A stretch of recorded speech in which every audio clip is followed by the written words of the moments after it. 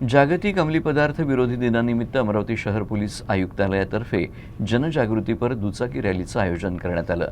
अंमली पदार्थांपासून दूर राहा, निरोगी आयुष्य जगा असा संदेश या रॅलीद्वारे नागरिकांपर्यंत पोहोचवण्यात आला। जागतिक अंमली पदार्थ विरोधी दिनानिमित्त अमरावती शहर पोलीस आयुक्तालयातर्फे शहरात भव्य दुचाकी जनजागृती रॅली काढण्यात आली। पोलीस उपायुक्त श्याम घुगे यांनी हिरवी झेंडी दाखवून रॅलीला प्रारंभ केला।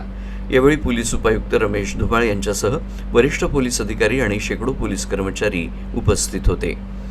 रॅलीत सहभागी झालेल्या पोलिसांनी हेल्मेट परिधान करून तसंच विविध जनजागृतीपर संदेशांचे फलक हातात घेऊन नागरिकांना अंमली पदार्थांच्या दुष्परिणामांविषयी जागरूक केलं। अंमली पदार्थांचं सेवन करू नका, स्वतःचं आरोग्य निरोगी ठेवा असा संदेश या रॅलीद्वारे देण्यात आला। पोलीस मुख्यालयाच्या मैदानातून सुरू झालेली ही रॅली शहरातल्या प्रमुख मार्गांवरून मार्गक्रमित करती झाली।